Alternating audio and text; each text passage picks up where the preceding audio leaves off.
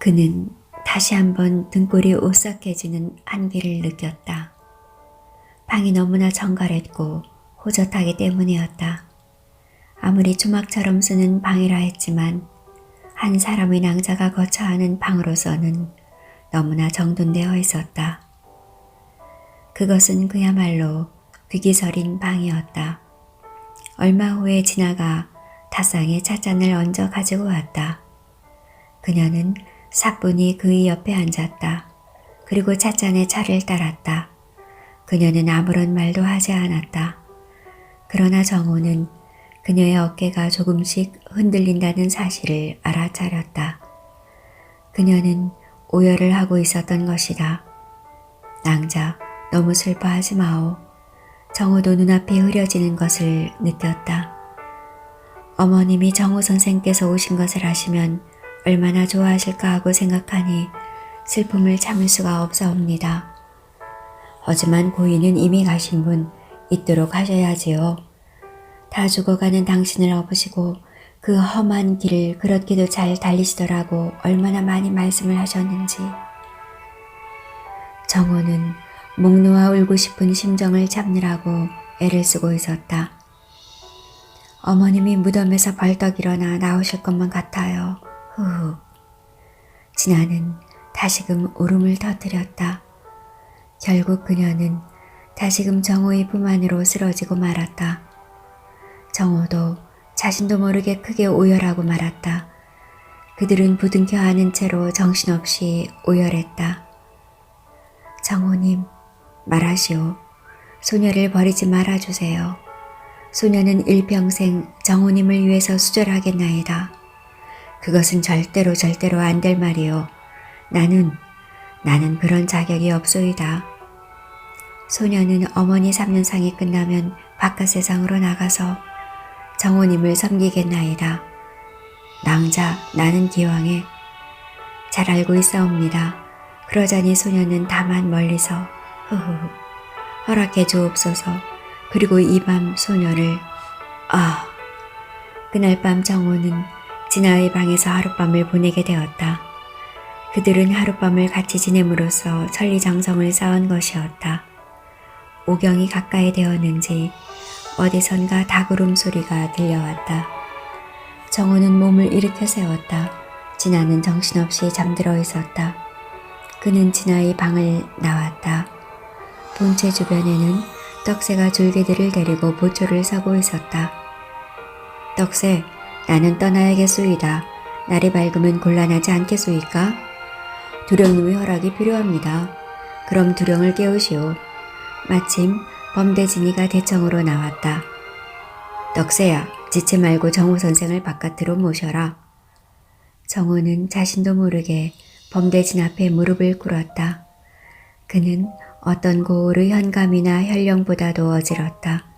자기를 그렇게도 심하게 고문하던 어길준을 어찌 범대진에게 비교할 수 있으랴. 네, 알겠습니다. 산채밖 동네 입구까지 모셔다 드리고 오겠습니다. 그래, 어서 떠나거라. 진아가 깨어나면 정호 선생은 길을 떠나기가 더욱 어려워진다. 자, 어서. 정호는 발걸음을 옮겨 놓았다. 그 순간 정호는 날카로운 빗으로 가슴을 애는 듯한 통증을 느꼈다. 정말 진아 옆을 떠날 수 없을 것만 같았다. 그러나 그의 발걸음은 앞으로 내디뎌지고 있었다. 그는 산자락에서 떡새, 번개, 짱구와 헤어졌다. 김조모 선생님, 지금 헤어지면 언제 다시? 잘들 사시오. 나도 산채를 잊지 않을 것이오. 이승에서의 사람의 만남과 이별은 전생의 인연 탓이라 하지 않소이까? 그러니 우리가 이승에서 다시 만나지 못하더라도 지금의 인연 탓으로 저승에서는 다시 만나게 될 것이오. 자, 그럼 몸 보존 잘하시구려. 새 산 도적들과 헤어지는 정우의 두 눈에서는 뜨거운 액체가 쏟아져 내렸다. 짙은 야음에 몸을 숨긴 정우는 무사히 집으로 돌아왔다. 누구든 자기를 본 사람은 없는 듯 했다. 그 길로 정우는 보따리에 싼 해골을 가지고 아버님의 묘소를 찾아갔다. 그래서 파묘를 해가지고는 해골을 묻었다.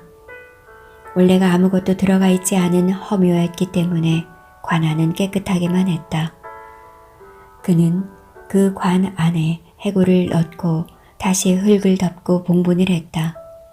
이 해골이 비록 아버지가 아니라고 해도 괜찮았다. 왠지 잃어버린 아버지를 되찾은 기분이었다. 아내의 항이와 어머니가 따라왔다. 전일구 녀석도 따라와 이를 거들었다. 봉분을 만든 그들은 다시 한번 큰 절을 올렸다. 향이는 아버지의 허무에다 절을 드렸다. 다들 같이 그 묘에다가도 큰 절을 올렸다. 그들은 이제 떠나기만 하면 되었다. 모든 절차는 끝을 냈다. 아직 밤은 깊었다. 그들은 온 밤을 전혀 잠자지 않고 뛰었다.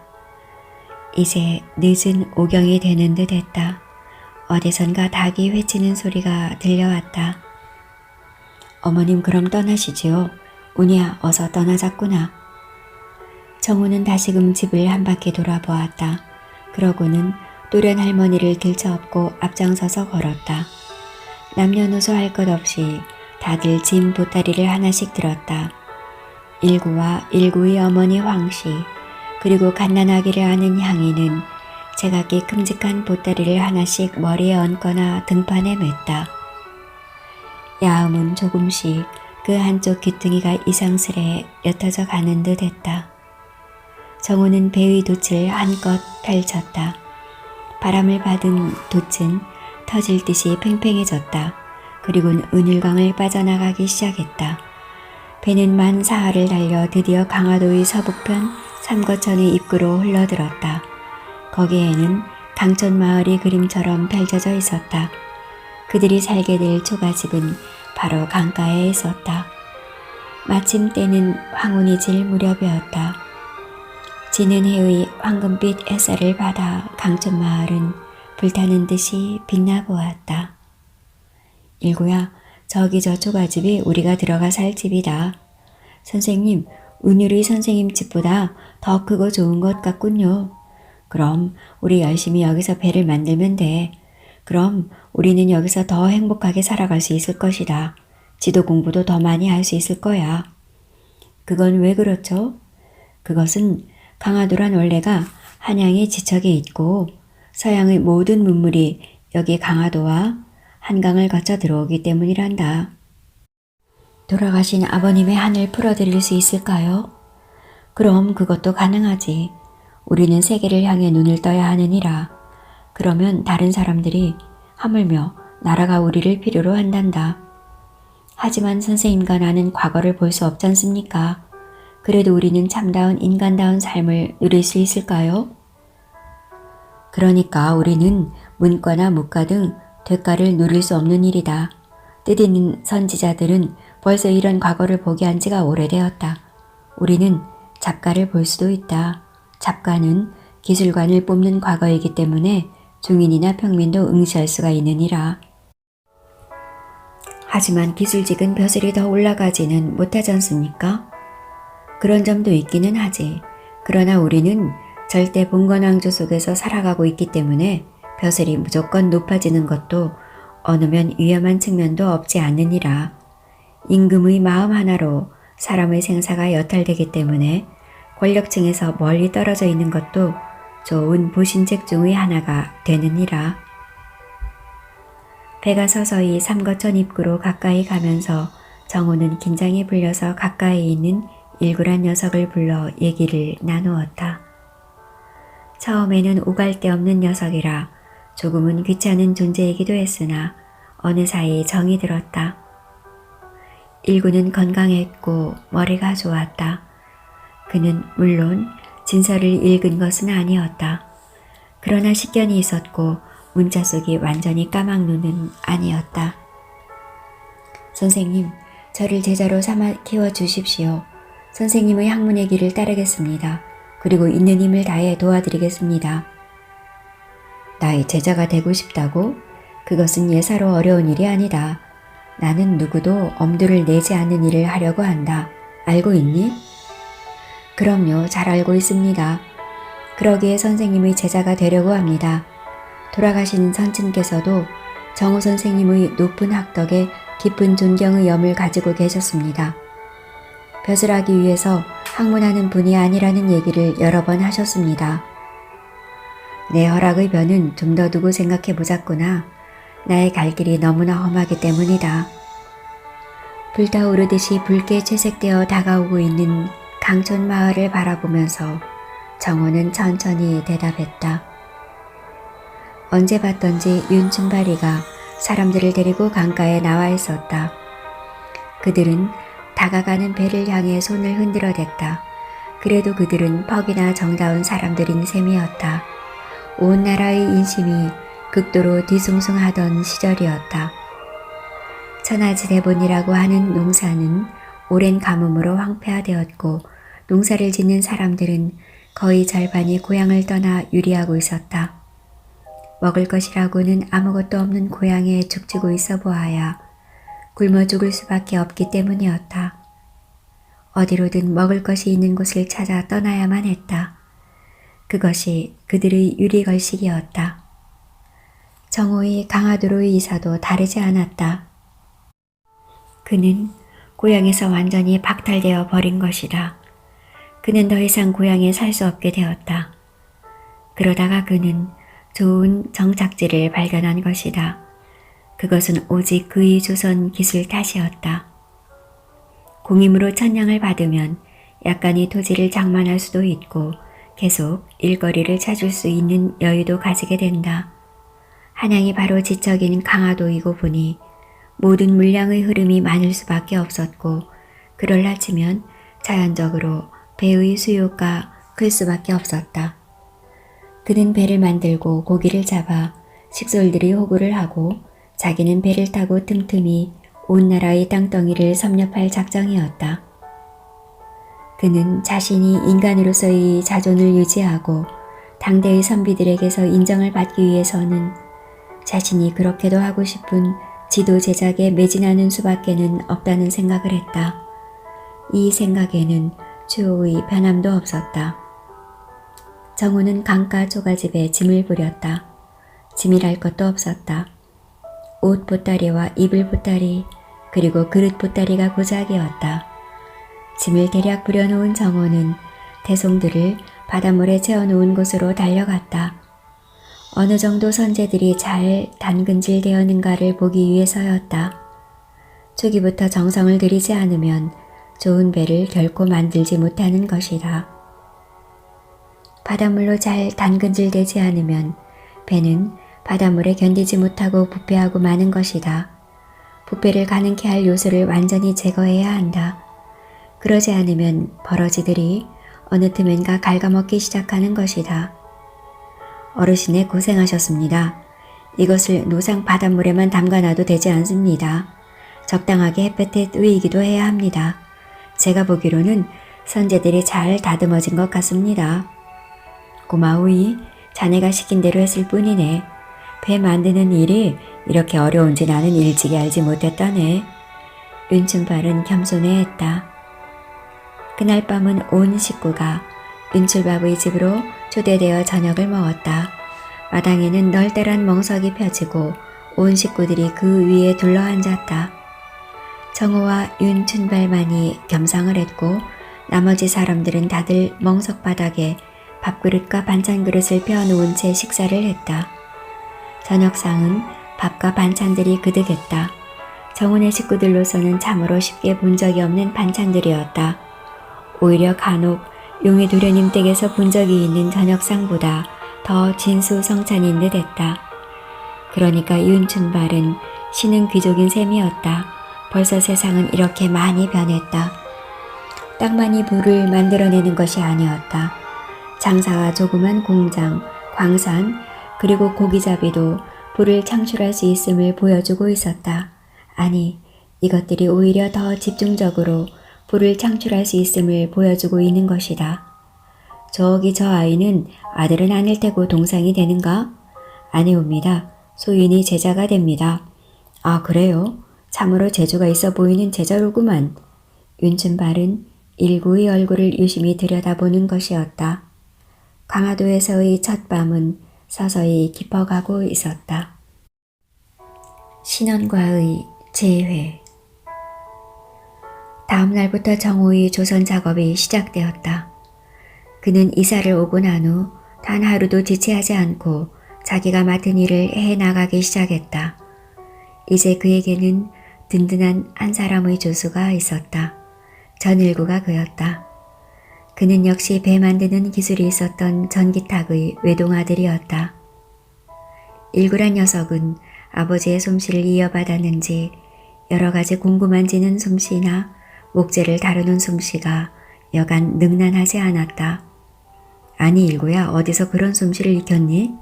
선생님, 저는 고향이 원래가 풍천이지 않습니까? 그야 그렇지. 애기 시절부터 아버지를 따라 바다에 나갔었죠. 그래서 고기도 잡고 때에 따라서는 배 만드는 아버지를 돕곤 했었죠. 내 놈이야말로 나의 어린 시절하고 너무나 닮은 한 시기를 보냈구나. 전기탁 어른은 역시 뼈대가 있었어. 그는 운율현창에서 관노들의 매를 맞아 장독으로 운명을 달리한 전기탁을 생각했다. 그는 강직했고 그리고 끝까지 의연했다. 평범한 사람이 그런 지독한 고문에 의연하기란 대단히 어렵다. 무슨 열사나 지사가 아닌 바에야 대부분 매에 굴복하고 만다. 인간은 원래가 폭력에는 약한 존재인 것이다. 그러나 전기탁은 끝까지 입을 열지 않았다.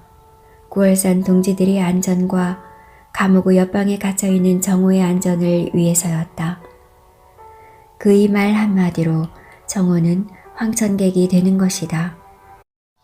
윤춘발은 이를 정호에게 도급제로 맡긴 입장이었으나 자신도 작업에 끼어들었다. 그는 삼거천 나루터에 나가 나룻배를 젓는 일방으로 조선 현장에 자주 나타나 일의 진척을 살피기도 하고 직접 일을 거들기도 했다. 윤춘발의 그런 관심은 정호로 하여금 큰 힘이 되었다.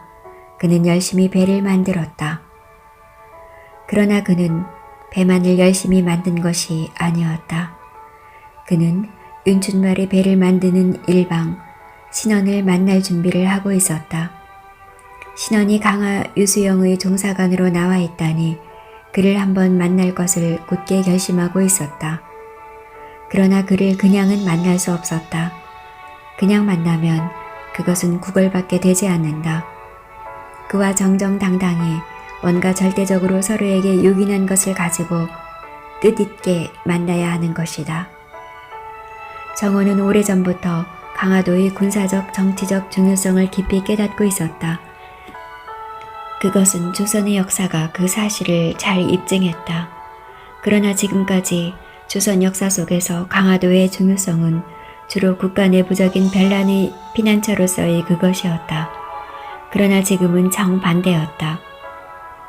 외부로부터의 어떤 강압적인 변화의 힘이 한강을 통하여 나라의 수도인 한양으로 흘러들어올 기세였다. 강화도는 바로 그 입구에 위치하고 있는 것이었다. 그러므로 다른 의미에서 강화도의 중요성은 크게 부각되고 있었다. 강화도와 경기만 일대를 두루 섭렵한 정호는 이 점을 깊이 인식하게 되었다. 그는 이 점을 신원과 한번 토론해보고 싶었다. 신원은 뭐니뭐니 해도 군사의 전문가가 아닌가. 그의 가문을 보아도 그는 훈련대장 신홍제의 장손이요 부사벼슬을 지낸 신의직의 장자이다. 한양을 통틀어 보아도 이런 가문은 흔치 않은 것이다. 그래서 그는 강화도를 더욱 정밀하게 답사했다. 그는 경기만만을 답사한 것이 아니었다. 그는 아산만도 정밀하게 답사했다. 정호는 배를 타고 경기만 일대를 답사해 나갔으나 다 하루거리로 했다. 누모와 아내가 객지에서의 생활이 아직 몸에 익지 않은 데다가 자신도 아직은 지인들이 거의 없는 생소한 곳이었기 때문이다. 경기만과 강화도는 나라의 수도인 한양의 외항고시를 하고 있었기 때문에 경비가 삼엄했다. 자신이 고향인 황해도 해안하고는 아주 달랐다. 그러던 어느 날 정호는 강화도와 내륙과의 사이를 흐르는 좁은 해협을 면밀하게 답사했다. 그곳은 분명히 요충이었다. 군사를 숨기기에 좋았고 한양으로 들어가는 한강의 입구를 봉쇄하기에는 안성맞춤의 해역이었다. 게다가 황해도의 해안을 따라 남하하는 황하의 물살이 그대로 살아있어서 물살도 새었다. 여기에다가 군사기지를 설치하면 감히 적군이 접근할 수 없을 것만 같은 생각도 들었다. 그는 조그만 쪽배를 노저 다니면서 해안을 정밀 탑사하고 망원경으로 관찰하고 또 거리를 측정하였다. 그러다가 그는 제물포 앞바다에서 수군 초병에게 검문을 당하고 말았다.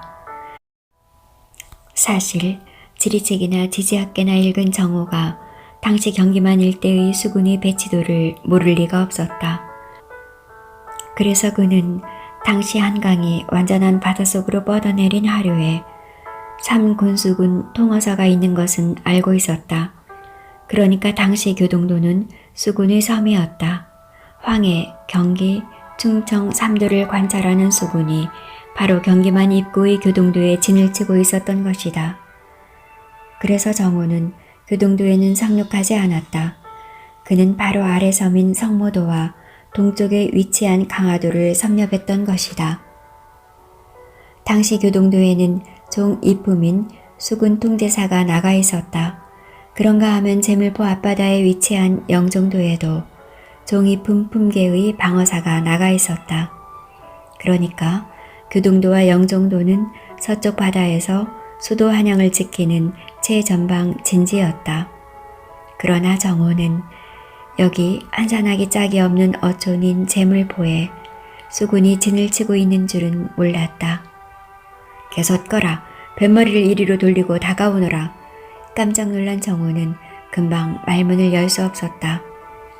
도망치면 볼을 쏴 배를 침몰시킬 테다. 도망치지 않습니다. 그럼 노를 놓고 두 손을 머리 위로 올려라. 정호는 시키는 대로 할 수밖에 없었다. 군졸들의 말대로 포마를 맞으면 자기의 쪽배와 자기 자신은 흔적도 없이 사라질 것이 틀림없었다. 조선의 수군은 전통적으로 세다. 조선의 수군이 센 이유는 자고로 왜구들 때문이었다. 왜구와의 숙명적인 대결은 비단 조선시대의 것만이 아니었다. 삼국시대와 고려시대에 걸쳐서 왜구와의 대결은 지속되어 왔었다. 그래서 조선의 수군은 전쟁을 직접 치르는 군대이지 바닷가에 진을 치고 앉아서 파도나 구경하는 군사는 아닌 것이다. 임진왜란 때 육전에서는 연전 연패했으나 해전에서는 연전 연승하지 않았는가. 물론 이순신이라는 걸출한 장소가 있은 탓이기는 했으나 역시 조선 수군의 전투력이 어느 정도 갖추어져 있었기 때문이다. 정호는 그 순간 도망쳐버리고 싶은 생각이 간절했다. 일이 참으로 난처하게 벌어지고 있었다. 자신은 운유련 금산리에서 몰래 도망친 사람이고 무죄가 밝혀지기는 했으나 9월산 명화적 패들과 연이 닿아 있다는 혐의를 받고 있는 사람인 것이다. 무엇보다도 자신이 국도의 해안선을 조사한다는 것은 국법이 금하고 있는 일이다. 당시 성리학자들은 땅은 천기가 깃들어 있어서 함부로 그 신부를 노출시켜서는 안 된다는 생각을 가지고 있었던 것이다. 붙잡혀서 포도청에라도 넘겨지면 예사로 난처한 입장에 떨어지지 않을 것 같았다. 에라 모르겠다 하는 생각이 듦과 동시에 정호는 죽을 힘을 다해 노를 저어 도망치기 시작했다. 피차간에 노를 저어 배를 전진시키는 처지라 병선이라 해서 유난스레 빠를 덕이 없었다. 도망치지 말라. 대포를 쏜다. 대포가 분명히 설치되어 있을 것이나 이렇게 작은 배를 맞힐만큼 정확도가 있을 것인지는 장담할 수 없었다. 정호는 정말 죽기를 결심하고 도망치는 수밖에 없다는 생각을 했다. 그는 붙잡히면 어쩌면 죽을지도 모른다는 생각을 했던 것이다. 그 순간이었다. 쾅, 콰르르, 쾅, 콰르르 하는 굉음이 일고 자신이 탄 배가 순식간에 뒤집어져 버리고 말았다. 수졸들이 정말로 대포를 쏜 것이었다. 정호는 정신을 똑바로 차리지 않으면 고기밥이 되고 만다는 생각을 했다. 그는 부서진 배의 나무 조각에 몸을 얹은 채 결사적으로 헤엄을 쳤다. 그는 원래가 바다 사람이었다. 운율강 하구를 마당처럼 하고 자라난 바다의 사람인 것이다. 그는 크게 혼이 났으나 수졸들에게 붙잡히면 죽는다는 생각이 들어 도저히 도망질을 그만둘 수가 없었다. 오늘 현청에 끌려가 한번 혼이 나본 자신이었다. 그들은 어쩌면 자신이 인사차 9월선 산채에 들어간 것도 알아냈을지 모른다는 생각도 들었다. 쾅! 과르르르. 다시 한번 굉음이 일었다. 자신의 몸이 하늘에 높이 솟구쳤다. 그는 나무 토막을 그만 놓치고 말았다. 하늘로 솟구쳤던 그는 물속으로 처박히듯이 떨어졌다. 그는 아찔 정신을 잃고 말았다. 아무리 무쇠처럼 튼튼한 정우였으나 이제 더는 도망칠 수 없었다. 그는 정신을 잃어버린 것이다. 정우가 눈을 떴을 때 그는 거창한 수군진의 진장 앞에 무릎을 꿇고 있었다. 이놈이 아직 정신을 못 차리고 있다. 차가운 샘물을 한 동이 가져다 머리통에 퍼부어라. 진장은 긴 장검을 차고 있었다. 그의 명령대로 그의 머리통에는 갓 길어 올리는 샘물 한 동이가 그대로 부어졌다. 그의 입에서 사람의 목소리가 터져나왔다. 그의 의식이 돌아왔다는 증거였다. 네 이놈, 머리를 들러. 간신히 의식을 회복한 정호는 머리를 쳐들었다. 옆에 섰던 수졸이 그의 머리차리를 잡아젖혔다. 네 놈은 어디 사는 누구냐? 그리고 못하는 놈이냐? 바른대로 말하지 않으면 살아남지 못하리라. 내 셋내는 강화도 사는 김정호라는 어보올소입니다요. 네 이놈, 네 놈이 여기 왜 붙잡혀 왔는지 잘 알고 있을 것이다. 그렇게 애매하게 말해서는 안 된다. 정확하게 지명과 이름과 직업을 이실직고 하라. 강화도 삼거천 하류 강촌마을에 살고 있는 김정호라는 놈입니다. 바다에 나가 고기를 잡아서 호구를 하고 있습죠. 거짓이 없느냐? 강화 유수영에 물어도 되느냐? 그럼요. 절대 거짓이 아닙니다요. 그래? 그런 놈이 어째 여기 제물포까지 내려와서 수군형을 엿보고 측량을 하고 했느냐? 내 놈은 천국이나 외국의 첩자가 아니고 무엇이냐? 내 이놈. 이실직고 하면 목숨만은 살려주되 거짓부렁하면 살아남지 못할 것이다. 소인놈은 제물포에 수군진이 있는 줄은 몰랐습니다. 그냥 어촌인 줄 알고 있었습죠. 그게 이상하지 않으냐? 강화도 산다면서 제물포에 수군 만호진이 있다는 사실을 몰랐다니. 그것도 고기잡이 한다는 놈이. 이놈이 첩자임에 틀림없다. 스스로 그것을 밝히고 있구나. 이놈이 목에 칼을 씌우고 옥에 쳐 넣어라. 아이고, 진장님 살려주십시오. 쇠뇌는 지은 죄라고는 아무것도 없사옵니다. 다만 경기만 일대의 지리를 답사해보고자 했을 뿐이옵니다. 지리를 답사해보고자 했다고? 그럼 내 놈은 지도꾼이란 말이냐? 네, 바로 그러하옵니다. 그것은 이주나 우주에서 관할을 통하여 하는 것이거늘 내 놈이 무슨 권리로 그런 범법을 저지르느냐? 무엇보다도 내 놈은 도망을 치지 않았느냐? 조선의 당당한 백성이라면 조선 병사가 부르는데 뭐가 두려워서 도망을 쳤더란 말이냐? 내 이놈, 이래도 내 놈이 할 말이 있느냐? 이놈이 아직도 주둥아리가 살아있으니 이놈을 매우 쳐서 혼찌검을 낸뒤 쳐넣도록 하라.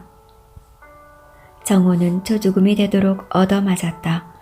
그는 결국 실신하고 말았다. 그 건강한 정호가 혼절을 했으니 그가 얼마나 심하게 맞았는지는 알만했다. 관아의 태형과 또 달랐다. 군졸들이 가하는 태형은 한결 매웠다. 정호는 이번 답사길에 일구를 떼어놓고 온 것이 다행으로 여겨졌다. 자신은 어쩌면 이들의 마수에서 벗어나지 못하고 전기탁의 꿀이 될지도 모른다는 예감이 일었다. 자신은 충분히 이들의 의심을 받을 짓을 했던 것이다. 자기가 모든 것을 사실대로 말해버린다면 일은 참으로 난처해지는 것이다. 자기는 무슨 일이 있더라도 고해선 패거리에 대해서는 입을 열지 않을 작정이었다.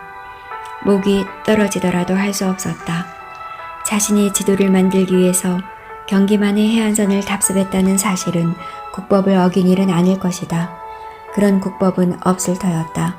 다만 자신은 한양의 선비 사회에 이름을 내놓을 수 있는 선비가 아닌 것이 유죄였다.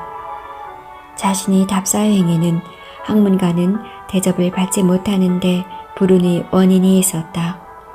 그날 하루 만에 그는 간신히 의식을 되찾았다. 감옥이 너무나 지저분했다. 군율을 어긴 군졸들을 가두는 데라 관아의 그것보다 훨씬 체벌이 가혹했다. 어떤 자는 다리가 잘려나가 있기도 했다. 그런 자는 상처의 가려와 옥살이를 함께 하고 있었다. 한쪽 눈알이 둘러빠진 군졸도 있었다. 군사훈련 도중에 범법 행위를 하다가 눈알이 창 끝에 찔렸다는 것이었다. 김정우, 이리 나와. 창을 꼬나진 별장이 직접 나타났다. 별장이라 하면 종구품으로 졸개들이 우두머리였다. 장교 벼슬이 아닌 계급으로는 제일 윗자리였다. 그는 정우를 만호 앞으로 끌고 갔다. 재물포에는 수군 만호전이 있었다. 수군 만호는 종사품의 품계를 가지고 있었다. 네 이놈, 여러 가지 정황으로 보아서 내 놈은 되놈의 첩자임이 틀림없다. 그래, 이실직고 할 생각이 아직도 들지 않느냐? 분명히 말해두지만 이실직고 하지 않으면 내 놈은 살아서 나가지 못한다. 어서 바른 대로 말하라. 진장 어르신, 쇠내는 첩자가 아니옵니다요. 한 번만 용서해 주시옵소서. 그럼 평범한 어부가 웬 서책이며 증량기며 그런 것을 가지고 다니느냔 말이다. 그리고 뭐가 무서워서 우리 군사들이 정지명령에 죽으라고 도망을 쳤느냐 말이다. 안 되겠다. 이놈을 인두를 달구어서 가슴팍을 찢어라. 요새에는 세상이 수상하니 특히 이런 첩자들을 잘 단속하라는 통제사의 군령이 교동에서 내려와 있다. 바로 이런 놈을 두고 하는 말이다. 정호는 너무나 가혹한 인두형을 받았다. 그것은 인간으로서는 인내의 한계를 넘어선 극형이었다.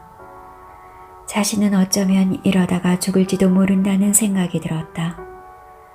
군율이 관율보다 훨씬 더 가혹했다. 그는 몇 번이나 다시금 정신이 몽롱해지는 것을 느꼈다. 다시 한번 혼자란다면 자신은 영영 이 속세로 귀환하지 못할 것만 같은 생각이 들었다. 그 순간 그는 불현듯 신현을 생각했다.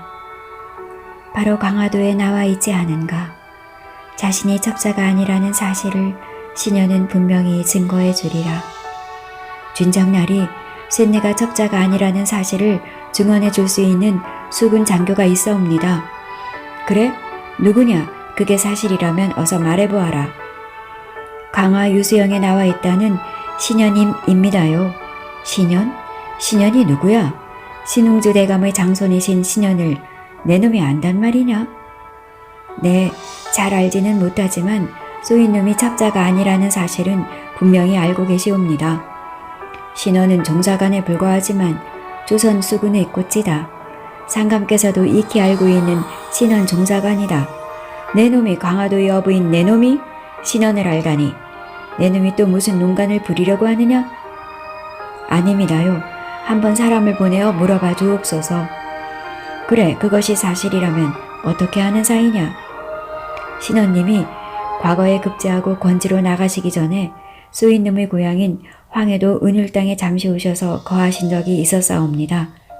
국비님이 지리와 지도학에 남다른 관심이 있어서 쏘인놈과 여러 번 토론을 벌인 적이 있사옵니다.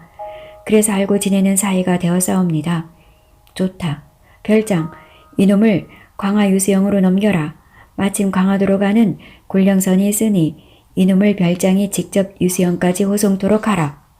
그리고 신원 종사관을 찾아뵙고 이 서찰을 전하라. 만호는 한 통의 편지를 별장에게 써주었다. 신원은 비록 종육품의 종사관에 불과했으나 그의 비범한 실력과 과문이 여기 군문의 장수들에게도 널리 알려져 있었던 것이다. 정호는 굴령선에 옮겨 태워졌다. 그리고 오라에 묶인 채로 광화도로 호송되었다. 신원은 사실 지도에 대해 비상한 관심을 가지고 있었다. 그는 누구보다도 당대의 석학인 타산과 주사의 학문을 존경하고 있었다. 사실 그는 직접 그분들에게서 가르침을 받았던 것이다. 국문의 장소들 사이에서는 신원은 장차 이 나라의 진정한 유장이 될 것이라는 말이 돌고 있었다. 그는 뛰어난 무예를 갖추고 있었으나 당대 어떤 대과 합격자보다 훌륭한 학문을 아울러 갖추고 있었기 때문이다. 과거 국제자가 일거의 숭육의 벼슬에 오른다는 것은 있을 수 없는 특전이었다. 그는 다산과 추사의 학문적 영향을 받아 대단히 실학적인 학문을 추구하고 있었다. 그는 어디까지나 군인이었기 망정이지. 그는 온 나라 안에서 가장 두드러진 청년 실학자가 될 수도 있었다. 강화 유수영에는 유수기가 휘날리고 있었다. 경기도 관찰사와 같은 품계의 광화유수가 버티고 있었다. 정호는 강화유수 2인탁 앞으로 끌려나갔다. 아래오, 제물포 만호 엄정필의 서찰과 이첩된 죄인을 대령했나이다. 이리로 올려라. 이인탁은 엄정필의 서찰을 읽었다. 네 이놈, 내 놈은 첩자가 분명한데 이실직고 하지 않고 신원 종사관을 잘 안다는 망발을 했다고? 소위님은 첩자가 아니었고 사실이 신원님을 잘 아옵니다. 네 이놈, 내 놈 말이 그래 사실이라고 하더라도 삼거천 나루에서 고기를 잡아 살아가는 놈이 신원 종사관을 잘 알 턱이 있느냐? 이놈을 바른말 할 때까지 매우 쳐라. 아니옵니다. 단 한 번만이라도 신원님을 뵙게 해주옵소서. 신원 종사관은 지금 한양 병주에 올라가고 없다. 내일이 되어야 돌아온다. 이놈의 건방진 말 버릇부터 고치도록 하라. 매우 쳐라. 정호는 또다시 실신하고 말았다.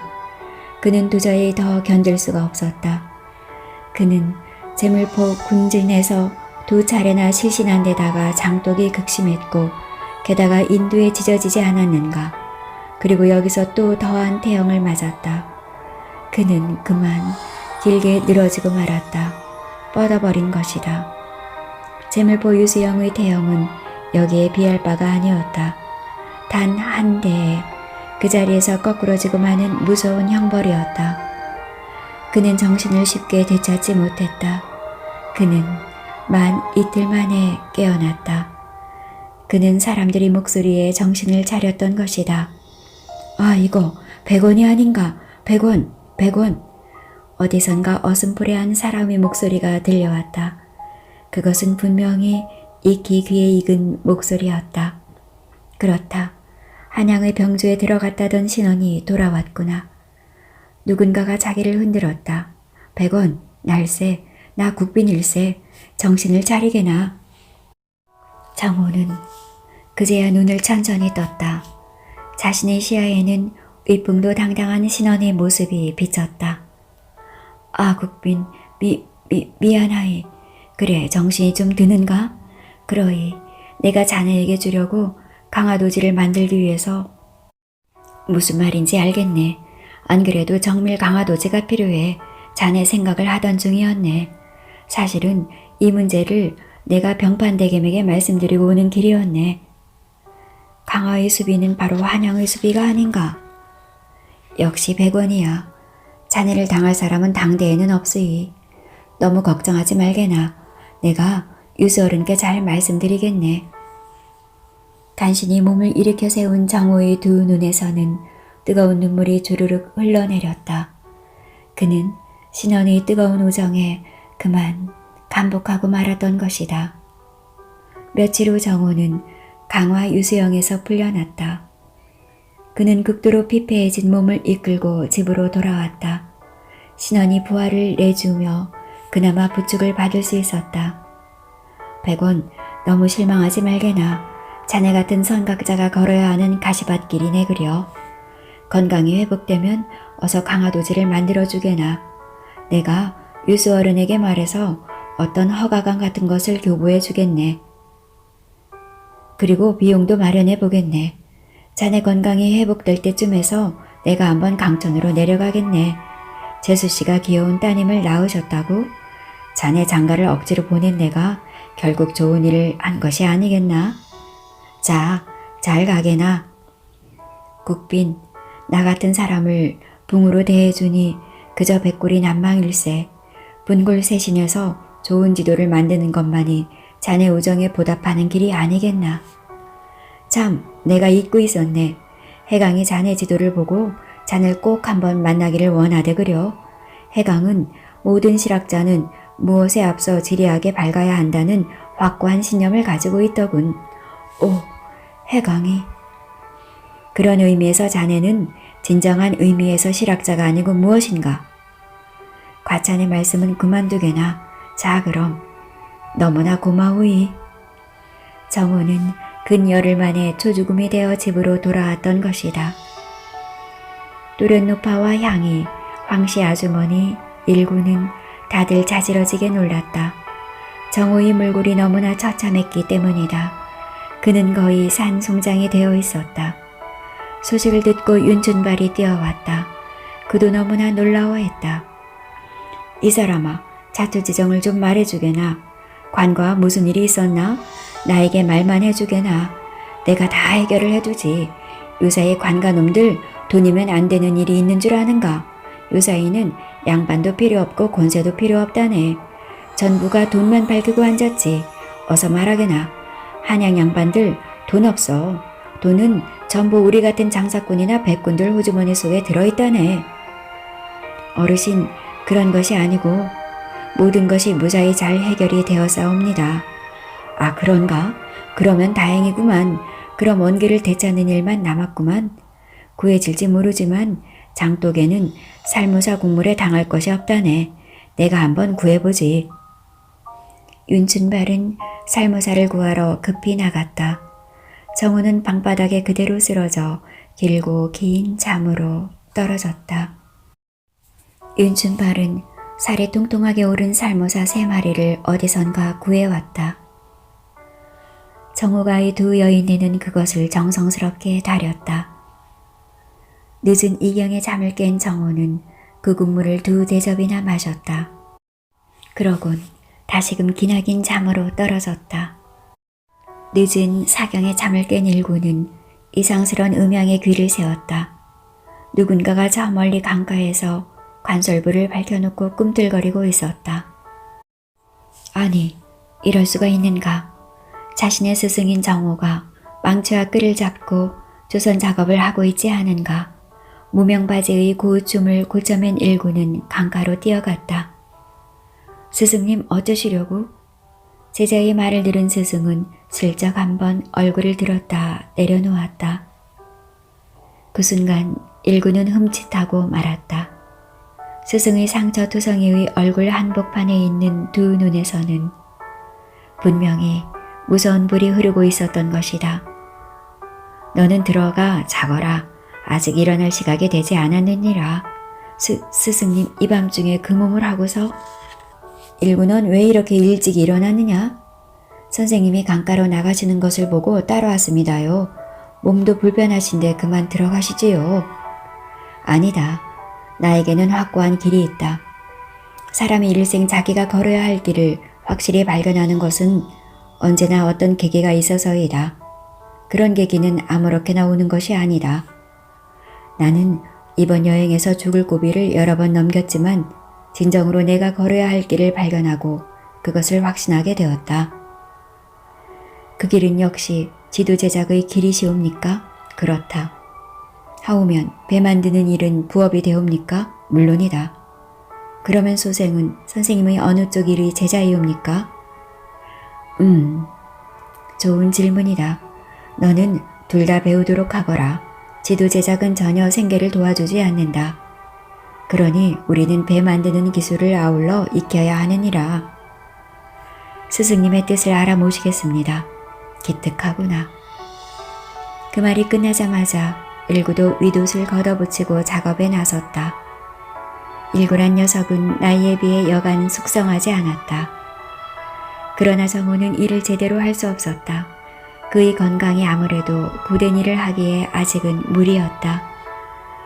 그는 결국 일구의 부축을 받고 집으로 돌아오고 말았다. 그리고는 자리에 눕고 말았다. 그는 며칠간 호되게 앓았다. 그는 한 달이 지나서였다. 신원이 강촌의 모습을 나타냈다. 그는 두 사람의 동행자를 데리고 왔다. 선생님, 집에 손님이 오셨습니다. 유수영에 계시는 신원이란 어른이십니다.